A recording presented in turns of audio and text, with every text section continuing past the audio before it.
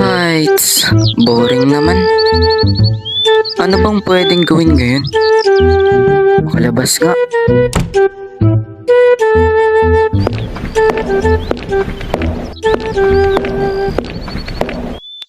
Habulin mo ako dito. Habol dito. Nakakamiss maging bata. Libangan. Ha.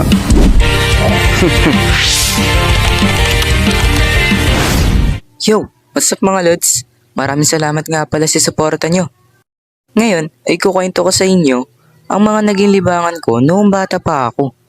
Noong bata pa ako ay hindi talaga ako mapakali kapag walang ginagawa. Ako yung tipong taong gustong lagi na may ginagawa. Ako yung klase ng tao na kung anong makita ko ay pinaglilibangan ko. One time ito yung sinabi ng nanay ko sa akin. Ano ba nak? Di ka mapakali ah. Kung ano-ano pinaggagawa mo. Para kang kiti-kiti. A few moments later. Oh, tingnan mo tong batang to. Kanina pa kasi galaw ng galaw eh.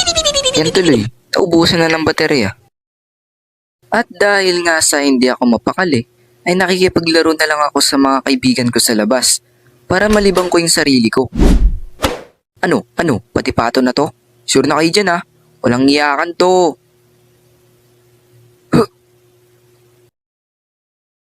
Oh, solo ko yan. Amin na mga tayaan nyo. Haha, di nyo ako kaya. Andaya mo naman. Sabihin nyo, talo lang kayo. Bleh. That's real mga lods. Ganyan na ganyan ako nung bata pa ako. Hilig kong maglaro sa labas ng kung ano-ano. Meron pa nga yan eh. Yung naglalaro ko ng isang bagay.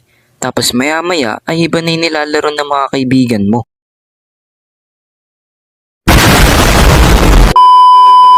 Uy, ba't jolly na nilalaro nyo?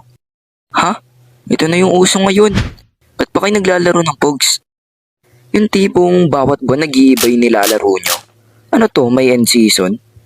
Isa rin sa ginagawa kong libangan ay yung panonood ng cartoons at anime sa TV. At one time nasira yung TV namin. Halos buong maghapon na kasi ako nanonood sa TV eh. Kaya tuloy nasira. Kaya sa kapitbahay na lang ako nakikinood. Galing mo talaga kahit no?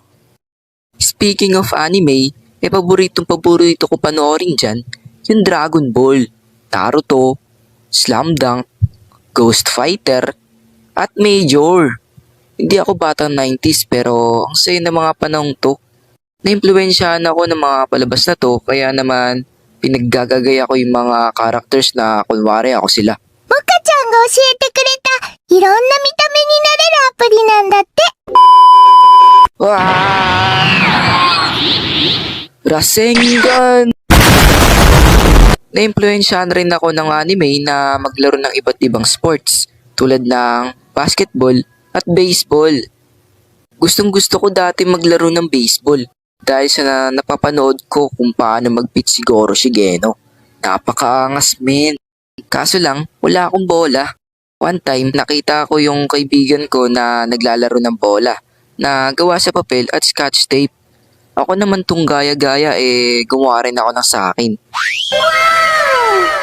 At pagkatapos kong gumawa maghahanap na lang kami ng pwede namin pamalo sa bola para makapaglaro na kami. Uy pre, pwede na tong kahoy oh. Oo pre, pwede na yan. Laro na tayo. Tara. Uy mga men, ano yan nilalaro nyo? Sali ako. Baseball pre, tara. Baseball? Angas mo ng bola nyo. Kaya na magreklamo. Gusto bang sumali o hindi? Joke lang, sali ako. Men, ako sunod sa'yo papalo ah. Sige lang men. Eto sa'yo. Sige lang. Bruh. Kainis. Ano? Kayo pa ba? Kaya pa ba? Sakit mo naman pre. Sige lang, tatamaan ko na yan. Sige, manda ka dito.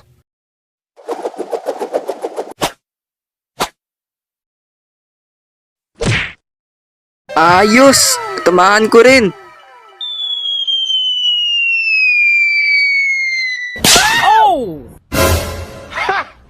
Patay! Talaga naman tong mga batang to. Takbo! Bumalik kayo rito, mga putragis kayo! Takbo! Ah! A few moments later.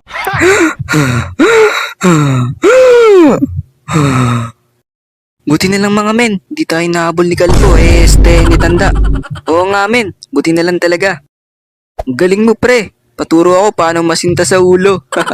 Ako din, paturo. Takting yan. Potek. By the way, naranasan nyo na rin bang paglaruan yung mga nakikita nyong ligaw na CD sa daan? O kaya naman mga CD nyo nasira at hindi na gumagana? Dati kasi sa tuwing nakakita ako nito pinapalipad ko ito. Kaya naman pinagpapapasahan namin ng kaibigan ko. Nagpapalayuan pa nga kami ng hagi sa daan At kung sino madalo ay may sapak sa muka. De, joke lang. Isang bagsak lang naman sa braso or malulutong na mga pitik sa kamay. Isa pa sa mga nakikita ko ay mga pakalat-kalat na stick sa daan. Sa tuwing nakakita ako nito ay pinaglalaruan ko. At ini-imagine ko na espada o baril yung stick na hawak-hawak ko. Depende sa hugis at laki nito. Eto pa, isa. Alam kong ginagawa nyo rin to noon Yung gagawa ka ng whirlpool sa balding may tubig. Tapos unti-unti mong ilulubog yung isang mong daliri sa gitna. At kapag natouch mo yung tubig, ay ibig sabihin, talo ka. Trip nyo rin ba dati sa tuwing naglalakad kayo sa gilid ng kalsada, ay ginagawa nyong kunwaring nagpa-parkour yung daliri nyo? O kaya naman ay naglalakad kayo dito sa bandang to habang nagbabalance?